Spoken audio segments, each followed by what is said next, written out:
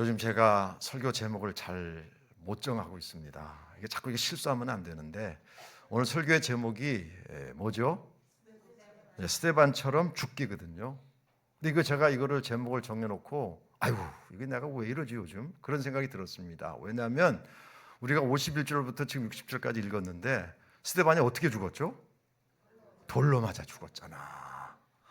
그런데 스데반처럼 죽기 그러면 어떡하냐고요. 그런데 여러분 제목을 제가 잘 정한 것 같아요. 왜냐하면 여러분이 스데반처럼 돌로 맞아 죽고 싶어도 대한민국에서는 불가능한 일입니다. 예수 믿는다고 돌에 맞아 죽을 일이 0%예요. 걱정하지 마세요. 그러니까 야 이거 뭐 스데반처럼 죽으라는 얘기냐? 야, 스데반처럼 죽는데 돌로 맞아 죽지는 마세요. 자, 근데 스데반이 누굽니까? 스데반은 그 유대인 예루살렘 교회 교인인데요. 예루살렘 교회는 두 그룹이 있습니다. 하나는 예루살렘 이스라엘 출신 유대인, 그러니까 율법에 익숙한 사람들이 한 부류이고요. 또 한쪽은 외국에서 태어난 사람들이에요. 보통 이걸 헬라파 유대인이라고 이야기하는데요. 유대인은 유대인인데 외국에서 특별히 그리스의 영향을 받은 사람들이 교회 안에 들어와 있거든요. 그런데 예루살렘 교회는 우리가 보통 초대교회라고 부르는데요. 그 교회에 사도들이 중점적으로 목회를 한 교회였음에도 불구하고 문제가 생겼습니다. 예루살렘 그 유대에서 태어난 히브리파 유대인들과 헬라 쪽 유대인들이 이제 부딪히는 일이 생겼어요. 그래서 사도들이 뭐라고 이야기하는가 하면 자, 이게 우리는 말씀을 전하고 기도하고 전도하고 이런 일에만 우리가 집중을 할 테니까 이런 좀 교회 이런 행정적인 문제들 이런 것들은 좀 사람을 뽑아서 좀 이 문제를 해결했으면 좋겠다. 그래서 성도들이 7사람을 뽑습니다. 우리는 보통 이것을 7집사 이렇게 표현하거든요. 7사람을 뽑아요. 그 7집사 중에 한 사람이 바로 스데반이라고 하는 사람이거든요. 자, 그런데요. 제가 왜 스데반처럼 죽기라고 했을까? 여러분, 죽음 그러면 여러분의 머릿속에, 여러분의 마음속에 딱 떠오르는 단어가 아마 희망적인 단어는 아닐 겁니다. 우리는 죽음 그러면 일단 어둡다, 절망이다, 또는 불행이다, 두려움이다. 이런 말들이, 이런 감정들이 딱 떠오르거든요. 아마도 죽음 그러는데 광명, 희망, 축복, 행복 이런 단어들, 이런 감정들은 잘 떠오르지 않을 겁니다. 스데반의 죽음도 마찬가지였습니다. 왜냐하면 스데반이 돌에 맞아 죽는 것을 보면서 우리가 무슨 거기에 희망, 무슨 축복, 광명, 행복 이런 단어를 거기에 갖다가 붙이기는 조금 무리가 있어 보이지 않습니까? 여러분 개인적으로 보면 스데반은 돌에 맞아 죽으니까 얼마나 고통스럽겠습니까? 이거 말로 할 수 없는 고통 가운데 죽었을 거예요. 두 번째는 교회적으로 보면 지금 스데반이 예루살렘 교회의 신자라고 말씀드렸잖아요. 이 스데반 때문에 교회는 또 어려움을 겪게 됩니다. 8장 2절에 보면 8장 1절에 보면 그날에 예루살렘에 있는 교회에 큰 박해가 있어. 그날이 어떤 날입니까? 스데반이 죽은 날이에요. 스데반이 돌에 맞아 죽은 날, 그날에 교회는 큰 박해를 받았단 말이죠. 그러니까 스데반 개인적으로 보면 돌에 맞아 죽었으니까 이거 어떻게 보면 처참한 죽음이죠. 또 스데반의 죽음 때문에 교회가 박해가 생겼으니까 이것도 좋은 죽음이라고 할 수 없는데 왜 굳이 제가 스데반처럼 죽기라는 제목을 갖다 붙였을까? 자, 그런데 여러분 이렇게 한번 생각해 보십시오. 오늘 스데반이 죽는 장면에 나타나는 몇 성경 구절을 제가 읽어드릴게요. 다시 한번 55절을 보면 성령이 충만하여 하늘을 우러러 보면서 이렇게 말합니다. 보라, 하늘이 열리고 인자가 하나님 우편에 서신 것을 보노라. 59절을 보면 스데반이 부르짖어 이르되 주 예수여 내 영혼을 받으시옵소서. 60절에 보면 무릎을 꿇고 이르되 주여 이 죄를 그들에게 돌리지 마옵소서 이 말을 하고 자니라.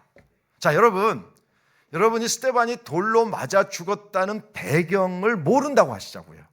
스데반이 우리가 돌로 맞아 죽은 걸 알고 있지만 여러분이 지금 제가 말씀드린 이 세 개의 문장만 들은 거예요. 하늘이 열리고 인자가 하늘 우편에 서신 것을 보노라. 주 예수의 내 영혼을 받으시옵소서. 이 죄를 그들에게 돌리지 마옵소서.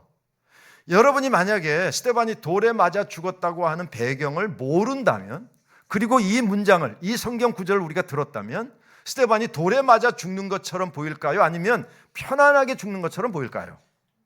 그렇죠. 편안하게 죽는 것처럼 보입니다.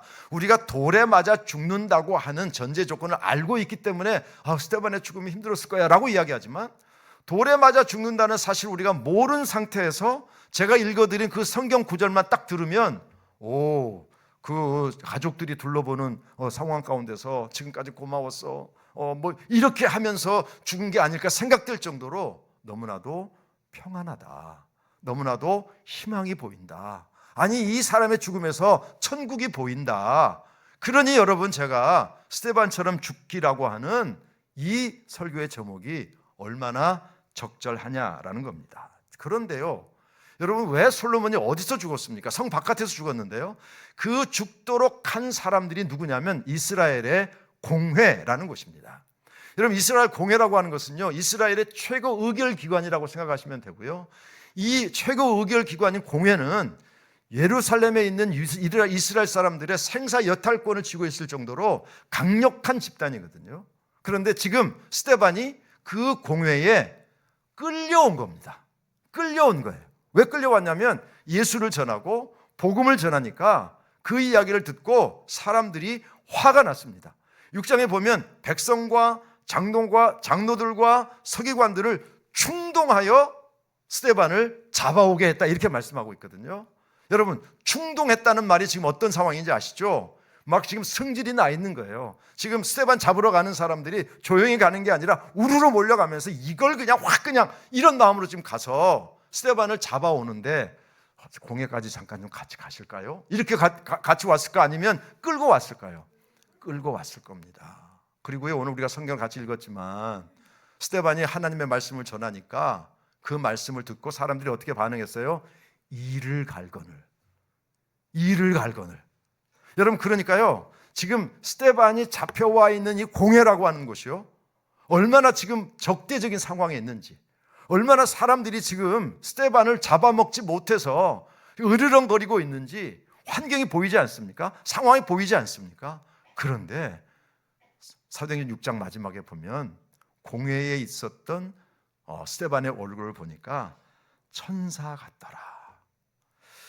공회 중에 앉은 사람들이 다 스데반을 주목하여 보니 그 얼굴이 천사의 얼굴 같더라. 여러분, 지금 사람들이 이를 갈고 있고요, 끌려온 상황인데, 끌려온 상황에서도 스데반은 그의 얼굴이 천사 같았어요.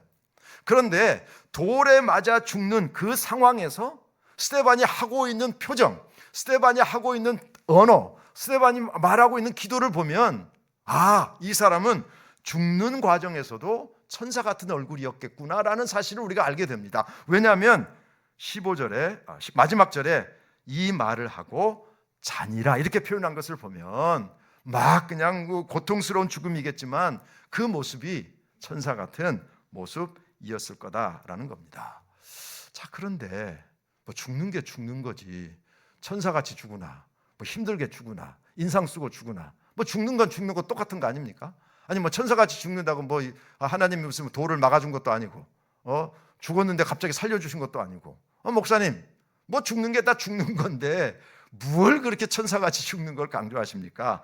라고 하실지 모르지만 스데반이 이렇게 죽었기 때문에 충격적인 사건이 생겨나게 됩니다. 기독교 역사에, 여러분과 저의 신앙에 너무나도 중요한 사건이 생겨나게 됩니다. 그게 뭐냐면 오늘 58절에 보면 성 밖으로 내치고 돌로 칠세 증인들이 옷을 벗어 누구에게 맡겼어요? 사울이라고 하는 청년에게 맡겼어요. 이 사울은 나중에 바울이 됩니다. 우리가 알고 있는 사도 바울. 그래서 사울이 바울이고 바울이 사울이에요. 어떤 사람들은 그냥 바울을 좀 잘 이렇게 묘사하고 싶어서 사울은 큰 자라는 뜻이고 바울은 작은 자라는 뜻이다. 그래서 사울이 예수 믿기 전에는 큰 자로 교만했는데 예수 믿은 다음에 바울로 바꾸면서 겸손한 자가 됐다, 이렇게 해석하시는 분이 있는데 꽝이요. 그건 잘못된 해석이고요. 사울은 히브리식 이름이에요. 유대식 이름이고요.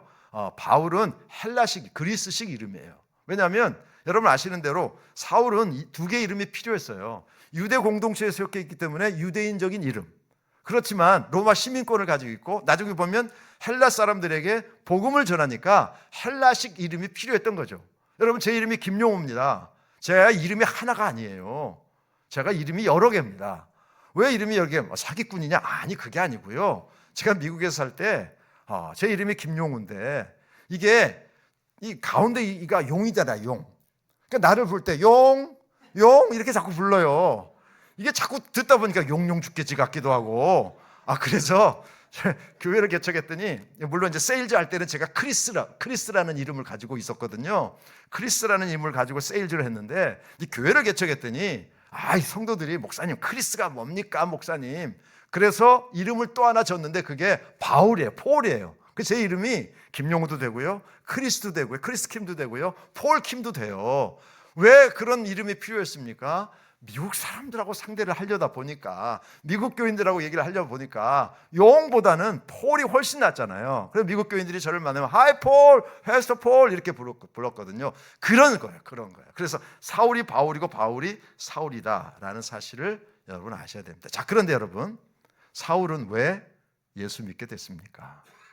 사도행전 9장에 보면 사울이 이제 다메섹에 있는 사람, 예수 믿는 사람들을 잡아오기 위해서 편지를 가지고 가다가 그 길에서 예수님이 나타나십니다. 갑자기 밝은 빛이 비치는데 뭐라고 말씀하시는가 하면 그 빛 속에서 사울아 사울아 네가 어찌하여 나를 핍박하느냐 이런 이야기를 갑자기 하는 거예요. 그때 사울이 깜짝 놀라서 도대체 누구십니까? 이렇게 물어봐요. 자, 여러분 보세요.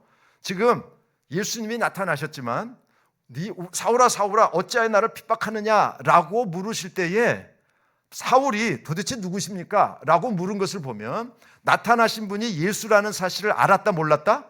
몰랐어요. 예수님을 몰랐어요. 그러니까 이 질문과 대답을 하기 전까지는 예수님을 몰랐어. 근데 예수님이 사울아 사울아 네가 왜 나를 핍박하느냐? 그랬더니 예수님이 사울이 뭐라고 물어봤는가 하면 주여 누구십니까? 라고 물어봤단 말이죠. 그때 주님의 대답이 뭐냐면 나는 네가 박해하는 예수다. 나는 네가 박해하는 예수다. 그런데 더 놀라운 건 뭐냐면요. 이렇게 예수를 믿고 바울이요. 9장 20절에 가면 이렇게 되어 있습니다. 즉시로 각 회당에서 예수가 하나님의 아들이심을 전파하니. 자, 여러분 정신 똑바로 차리시고 제 말씀을 잘 들어보세요. 지금 사울은 예수 믿는 사람을 핍박하는 사람이에요. 그런데 길을 가다가 밝은 빛이 비치면서 사울아 사울아 네가 왜 나를 핍박하느냐 박해하느냐 이렇게 물어봤더니 사울이 누군지 몰라가지고 주여 누구십니까? 그랬더니 나는 네가 박해하는 예수다. 이 이야기를 듣고 사도 바울이 획가닥에서 예수를 믿어요. 여러분 좀 이상하지 않습니까? 여러분 이 장면이 좀 이상하다고 느껴보신 적 없어요? 왜냐하면 사울은요 철저한 율법주의자입니다. 절대 예수를 인정할 수 없는 사람입니다. 우리는 그냥 예수님이 나타나셨으니까 뭐 믿었겠지, 예수님이 뭐 그래도 뭐 술을 썼겠지 이렇게 생각할지 모르지만 여러분 그렇지 않아요. 평생 예수 믿던 사람, 평생 예수를 부인하던 사람이고요. 심지어 빌립보서에서 이렇게 이야기합니다. 나는 히브리인 중에 히브리인이요 율법으로는 바리새인이니라. 여러분 얼마나 이 사울이 얼마나 율법에 충실했는지, 얼마나 히브리적인 사고를 가지고 있는지, 얼마나 철저하게 예수를 배척하는 사람이었는지 스스로도 그렇게 이야기했던 사람이거든요. 근데 갑자기 가다가 뭐 이상한 거 한 것도 없어요. 그냥 대화한 것밖에 없어. 사울아 사울아 왜 나를 핍박하느냐? 주여 누십니까? 나는 네가 박해하는 예수라. 이거예요. 요거 당장 요거 달랑 요건데 이 사람이 지금까지 믿어왔던 믿음의 체계를 내려놓고 신념의 체계를 내려놓고 갑자기 예수 믿기로 결정하고 또 이 사람은 또 그때부터 막 그냥 복음을 전하네. 여러분 이 상황이 이해가 되세요? 믿음이 좋은 사람은 이해가 돼. 주님이 나타나셨으니까 그런 거지 뭐. 그러면 설교를 할 필요가 없지. 뭐 하나님이 다 하신 건데 뭐 내가 여기서 설교해서 뭐해. 그러나 여러분 상식적으로 생각해 보십시오. 좀 이상한. 더구나 여러분, 사울은 예수님을 직접 박해한 적이 없어요. 예수님을 십자가에 못 박는데 사울이 앞장섰던 사람이라면 이해가 되지. 나는 네가 박해하는 예수다. 아니에요. 그것도. 어떻게 이 사울이 이 단순한 문장 때문에 평생 믿어왔던 신앙을 포기했을까? 여러분, 여기서 중요한 건 뭐냐면 박해라고 하는 단어입니다. 이 박해라고 하는 단어를 딱 들었을 때 사울은 누구의 죽음을 떠올렸을까요? 그렇죠. 스데반의 죽음입니다. 그냥 성경장으로 보면 7장에서 스데반의 죽음이 있고요, 9장에서 사울이 예수님을 만나니까 나는 네가 박해하는 예수다라고 했을 때에 이 박해라는 단어와 가장 밀접하게, 가장 가깝게 연결되는 사람이 누구냐면 스데반이에요. 그러니까 스데반이 결정적으로 사울이 변화되고 회심하는데 결정적인 역할을 했다는 겁니다. 여러분 한번 이렇게 생각해 보세요. 스데반이 공회에 잡혀왔어요. 그래서 예를 들어서 잡혀오기 전까지는 예수 천당 불신지옥 이렇게 하다가 가보니까 공회에 잡혀왔어. 사람들이 일을 박박 가네. 막 죽일 듯이 덤벼드네. 돌 들어서 치려고 그러네. 그때 스데반이 잠깐만 내가 예수 안 믿을게요. 목숨만은 살려주세요. 내가 잘못 생각했던 것 같아요. 나 지금부터 예수 부인하고 그냥 목숨만 살려주세요. 만약에 이렇게 죽었더라면, 만약에 그렇게 죽었더라면 목숨을 구걸하고 제발 목숨만 좀 살려주세요. 다시는 내가 예수 전하지 않겠습니다. 내가 처자식 있는 사람이에요. 좀 살려주세요. 만약에 이렇게 죽었다면 사울이 그 길 가다가 나는 네가 박해하는 예수라는 이야기, 이 단순한 문장을 듣고 예수 믿겠다고 결심했을까요? 천만의 말씀입니다. 그런 예수를 누가 믿어요?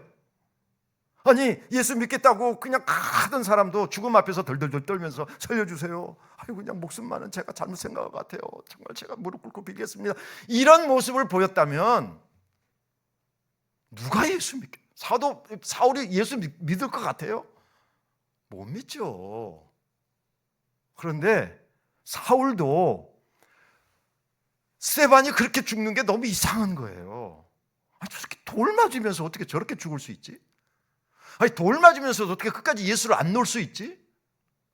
돌 맞아 죽으면서도 너무 힘들 텐데, 고통스러울 텐데 어떻게 저렇게 천국의 소망 가운데 가득 차서 죽을 수 있지? 그거 참 이상하다. 그리고 저 스데반을 저렇게 만든 예수는 도대체 누구야? 예수가 도대체 어떤 사람이길래, 어떤 존재이길래 돌에 맞아 죽으면서도, 천사같이 죽냐? 어떻게 돌에 맞아 죽으면서도 내 영혼을 받으시옵소서 하고 죽냐 도대체? 어떻게 돌에 맞아 죽으면서도 저들을 용서하소서라고 하는 기도를 하면서 죽을 수 있냐 도대체? 너무 이해가 안 되는 거거든요. 그렇잖아도 그것 때문에 충격을 받았는데 길가에서 주님이 나타나셔서 나는 네가 핍박하는 예수다 라고 말씀하시는 순간 그분이 바로 이분이구나. 그 스데반을 변화시킨 사람, 죽음 앞에서도 두려워하지 않고 천국의 소망을 품고 내 영혼을 받아주세요, 돌을 던지는 사람을 향해서 저들을 용서하세요, 이렇게 변화시켜준 분이 바로 이 사람이구나, 바로 이분이구나. 그렇다면 나도 예수 믿어야지 라고 결단할 수 있었다. 스데반의 죽음이 얼마나 사도 바울에게 큰 영향력을 끼쳤는지, 그래서 제가 스데반처럼 죽기라고 하는 제목을 잡았다는 겁니다. 더 놀라운 것은요, 스데반의 죽음과 바울이 나중에 위대한 선교사가 됩니다. 그렇죠? 이 사이에는요 엄청난 또 인과관계가 있습니다. 깊은 관계가 있어요. 여러분, 기독교 역사에 첫 선교사를 파송한 교회가 어디예요? 어느 교회예요? 어느 교회예요? 에바다 교회는 아니야. 안디옥 교회잖아요. 안디옥 교회. 첫 선교사는 바나바와 바울이에요. 근데 그 첫 선교사를 보낸 교회가 바로 안디옥 교회예요. 근데 안디옥 교회가 어떻게 생겨났죠? 안디옥 교회가 왜 생겨났습니까? 안디옥 교회가 생겨난 출발점이 뭔지 아세요? 사도행전은 우리에게 이렇게 기록해 놓고 있습니다. 그때 스데반의 일로 일어난 환난으로 말미암아 흩어진 자들이 안디옥까지 이르러 말씀을 전하는데, 여러분, 안디옥 교회는 굉장히 중요한 교회입니다. 두 가지 면에서 중요한데, 하나는 그리스도인, 크리스찬이라고 하는 명칭을 들었던 교회가 안디옥 교회예요. 그래서 안디옥 교회 신앙생활하는 사람들을 보고, 예수 믿는 사람들을 보고 다 사람들이 저것들 크리스찬이야, 그 당시만 해도 좋은 의미는 아니에요. 예수를 따르는 사람, 예수쟁이, 이런 약간 비아냥거리는 표현이었지만, 우리는 저 사람들은 우리랑 다르네. 왜 다른 거야? 그리스도를 따르는 사람, 예수 따르는 사람, 그래서 크리스찬이라고 하는 이름을 들어요. 또 하나는 아까도 말씀드린 것처럼 선교사를 파송해요. 그 첫 번째 선교사 중에 누가 있어요? 바울이 있어요. 그런데 그 안디옥 교회가 세워진 이유가 뭐라고요? 스데반의 일로 일어난 환난으로 말미암아 흩어진 자들. 거꾸로 얘기해 볼까요? 스데반이 돌로 맞아 죽을 때, 나 교회 안 다닐 거야, 나 예수 안 믿을 거예요, 제발 목숨만 살려주세요, 그랬더라면 환난도 일어나지 않고 박해도 일어나지 않고 예루살렘 교회 성도들은 흩어져 가지도 않고. 여러분 생각해 보세요. 스데반의 죽음이 얼마나 놀라운 죽음인지, 얼마나 하나님의 의해서 쓰임받은 죽음인지를 보라는 겁니다. 이 박해로 인해서 8장 1절에 보면 예루살렘에 있는 교회에 큰 박해가 있어 사도 외에는 다 유대와 사마리아 모든 땅으로 흩어지니라. 여러분, 유대와 사마리아와 모든 땅, 혹시 어디서 좀 들어보신 것 같지 않으세요?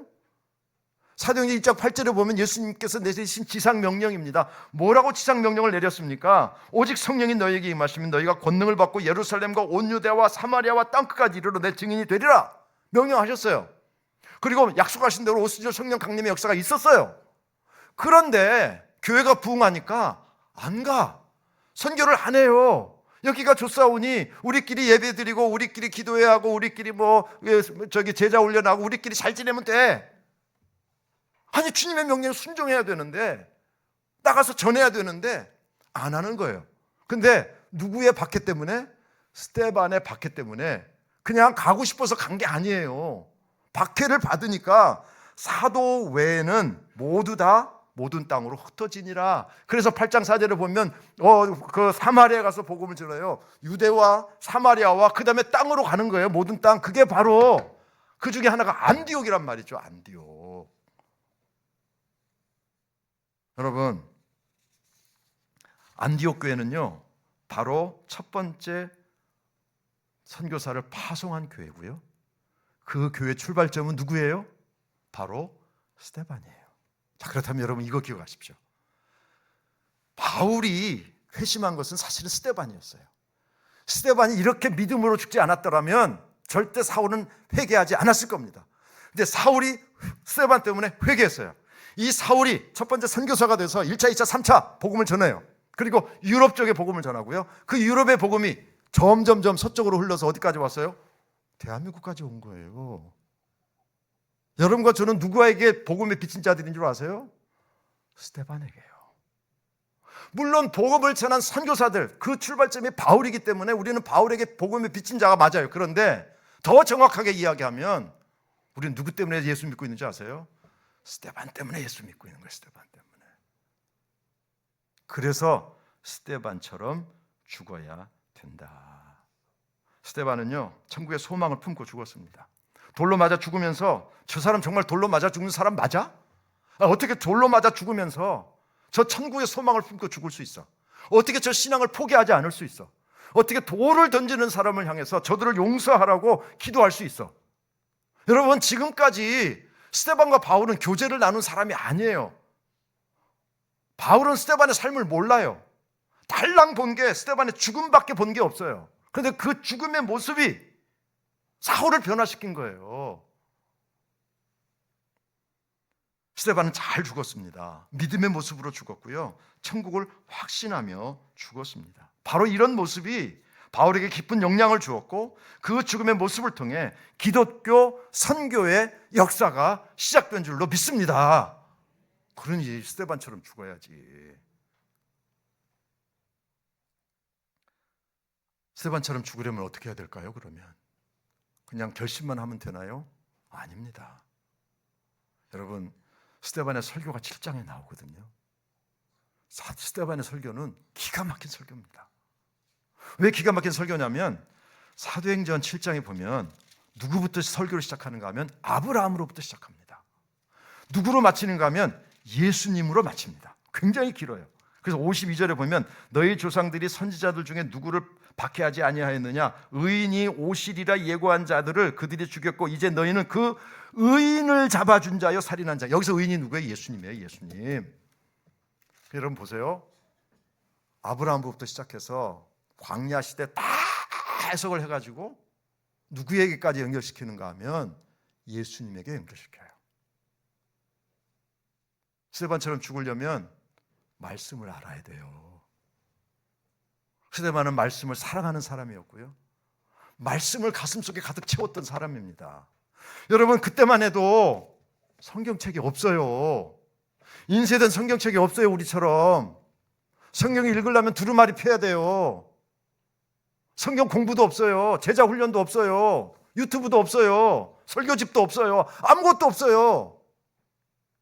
그런데 스데반은 아브라함부터 예수님까지 성경을 꿰뚫고 있다고요. 얼마나 말씀에 충실했는지, 얼마나 말씀을 사모했는지, 얼마나 열심히 말씀을 연구했는지 보이지 않습니까?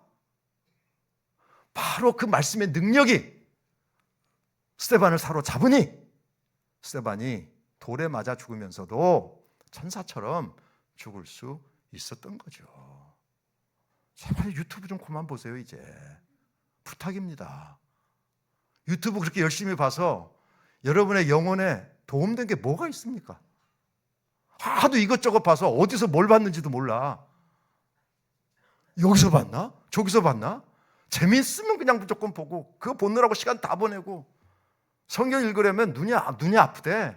그렇지, 유튜브를 그렇게 봐대니 눈이 아플 수밖에 없지. 정말 아름다운 삶을 마무리하고 싶으세요? 제발 성경 좀 읽으세요. 여러분, 저는요 가끔 보면 이런 사람도 있더라고요. 말씀의 은혜를 사모해서 이 목사님 설교 듣고 저 목사님 설교도 듣고 여러 목사님의 설교를 들으면 은혜를 사모한대. 근데 물어보니까 성경은 안 읽는데. 여러분, 이게 얼마나 웃기는 얘기인지 아세요? 설교의 설교 오리지널은 주님의, 예를 들면 신약으로 따지면 신약에는 주님의 설교가 들어있어요. 그러면 주님의 설교를 열심히 들어야지 주님의 설교를 해설한 사람 거를 왜 듣냐고. 아니, 김용호 목사 같은 사람은 주님이 아니야. 아무리 유명한 사람도 주님이 아니에요. 그 사람들은 주님의 말씀을 그냥 설명한 사람이야. 그러면 오리지널을 보고 그 다음에 이 사람이 제대로 해석하는지 봐야지. 은혜 받으려고 이 사람 저 사람 유명한 사람 설교 듣는다고 왜 들어요? 내 귀 만족시키려고.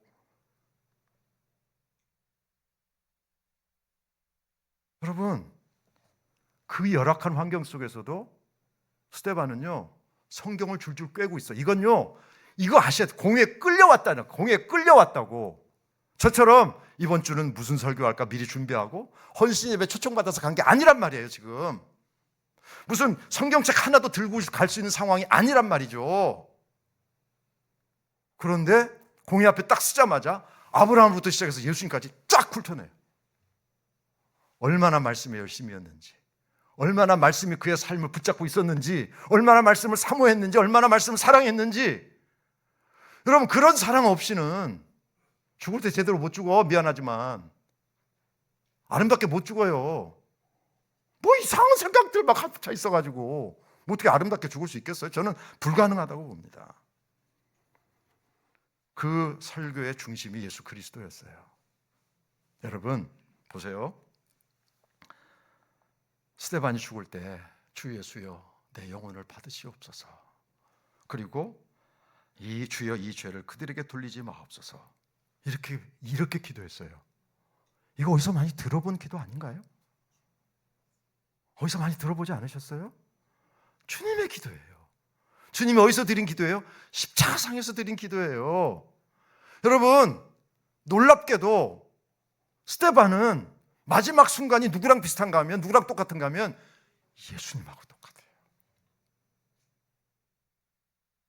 그래서 예수님께서 나는 사울에게 나는 네가 박해하는 예수다 라고 말씀하실 때에 예수님은 스데반이 죽는 게 내가 죽는 거랑 똑같아. 스데반의 죽음이 내 죽음이야. 아까도 말씀해 주셨잖아요. 스데반은 예수님을 직접 박해한 적이 없다니까요. 그래서 예수님께서 말씀하셔요. 나는 네가 박해하는 예수다. 그 박해하는 대상자가 누구예요? 스데반이에요. 근데 스데반이 죽을 때 예수님하고 똑같이 기도하고 죽어. 여러분 돌로 맞아 죽어보셨어요 혹시? 죽어보시고 이건 안 되는구나. 죽은 다음 죽은 사람한테 물어보면 안 되니까. 돌로 맞아 죽는 게 얼마나 정신이 혼미스럽고 얼마나 고통스럽겠어요. 그런데 예수님처럼 기도하고 죽어요. 그렇다면 스데반이 말씀을 사모할 뿐만 아니라 주님의 삶을 얼마나 사모했는지 보이지 않습니까? 이게 한두 번 들었다고 이 기도가 나올 수 있을까요? 아니죠. 어떻게든지 말씀대로 살려고 하고 그 말씀의 주인이신 예수 그리스도를 닮아서 예수님처럼 살기로 평소에 얼마나 노력했으면 죽음의 순간에, 돌에 맞아 죽는 순간에 예수님처럼 죽을 수 있었을까? 이 사실을 우리는 분명히 알고 깨달아야 되는 것이죠. 여러분, 아까 제가 스데반은 죽을 때도 천사 같은 얼굴로 죽었다라는 말씀을 드렸는데 더 정확하게 이야기하면 스데반은 죽을 때도 예수같이 죽었다. 이렇게 표현할 수 있습니다. 바울에게 나는 네가 박해하는 예수다라고 말씀하셨는데 이런 해석이 가능합니다. 예수님께서는 스데반의 죽음을 자신의 죽음과 동일시했다. 나의 죽음을 보기 원하느냐? 그렇다면 스데반을 봐. 스데반이 죽는 게 나랑 똑같은 거야. 그래서 예수님께서는 나는 네가 박해하는 예수다라고 말씀하셨던 것이죠. 스데반은 참 잘 죽었습니다. 믿음의 모습으로 죽었고요. 천국을 확신하며 죽었습니다. 바로 이런 모습이 바울에게 깊은 영향을 주었고 그 죽음의 모습을 통해 기독교 선교 역사가 시작됐고 그리고 여러분과 제가 예수 믿게 된 것이죠. 우리도 언젠가는 다 죽습니다. 죽을 수밖에 없지요. 죽음을 향해서 가고 있으니까요. 여러분, 우리의 몸이 쇠약하고 죽음을 앞에 두고 있을 때에 우리는 돌에 맞아 죽지는 않을 겁니다. 그러나 마지막 모습이 예수님 같고 스데반 같아지는 것이 우리의 소원이 되어야 되지 않겠습니까? 그래서 예수님께서 사울에게 나를 보고 싶어? 내가 어떤 사람인지 보고 싶어? 스데반. 그런 것처럼 예수님께서 나의 죽음의 모습을 보시고 나의 죽음이 누군가를 살려내는 일에 아름다운 도구로 쓰임 받을 수 있는 그런 죽음을 우리가 스데반처럼 죽어야 된다. 천국의 확신을 가지고 아버지 내 영혼을 받으시옵소서. 그리고 내 삶 속에서 일어났던 모든 상황 가운데서 여러 가지 잘못된 모든 것들 그들을 용서해 주시고 하나님 은혜로 나를 붙잡아 주소서 라고 하는 믿음의 마지막 모습을 점점 늙어가고 점점 죽음을 향해 가는 그 순간에 그런 모습을 우리가 남겨줄 때에 스데반의 죽음을 통해서 기독교 선교 역사가 시작하신 것처럼 여러분과 저의 아름다운 죽음의 모습을 통해서 그 누군가에게 또 다른 복음의 역사를 시작하게 하실 수 있다라는 사실을 기억하시면서 하나님, 나도 예수님처럼 죽고 싶습니다. 나도 스데반처럼 죽을 수 있게 도와주옵소서. 그래서 여러분 간절히 부탁드립니다. 제가 이 죽음 이야기하면서 언젠가 설교했죠. 장례식장 가가지고 예수 믿었기 때문에 지금 이 땅에서 잠이 들고 하나님의 나라에서 눈을 뜨고 아름다운 모습으로 새로운 삶을 시작하셨기에 소망을 가지시기 바랍니다. 할렐루야. 설교 다 끝났는데 조용히 불러서 목사님, 우리 엄마 진짜 천국에 가셨을까요? 우리 아버지 정말 천국에 가셨을까요? 자, 설교한 나는 뭐야? 천국 갔다고 설교 다 해놨는데 본인들은 갔나? 못 갔나? 이런 모습이 아니라, 여러분, 스데반의 모습을 보면서 누가 천국 가지 않았다고 의심하겠습니까? 누가 이 죽음을 패배의 죽음이라고 이야기하겠습니까? 누가 이 죽음을 영광스러운 죽음이라고 이야기하지 않겠습니까? 그런 죽음의 모습이 나의 모습이 되기를 소원합니다. 스데반처럼 죽기를 소원합니다.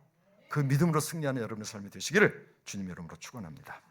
하나님 감사합니다. 우리도 언젠가는 다 죽을 텐데 죽음 앞에서 악취를 품고 두려워하고 발버둥을 치고, 그래서 내 믿음의 후손들이, 자식들이 우리 부모님은 천국에 갔나 안 갔나 의심하게 하는 죽음이 아니라 스데반처럼 죽게 해주시옵소서. 마지막 순간에도 주여 내 영혼을 받으시옵소서. 주여 내 영혼을 받으시옵소서. 천국이 열린 것이 내 눈에 보인다. 아름답게 죽을 수 있는, 스데반처럼 죽을 수 있는 믿음의 성도들이 되게 하시고, 그렇게 죽기 위해 말씀으로 예수로 충만해지기 위한 전심전력하여 말씀으로 전심전력하여 예수의 삶이 내 삶이 되기를 소망하는 믿음의 삶을 살게 해 주옵소서. 예수님의 이름으로 감사하며 기도합나이다. 아멘.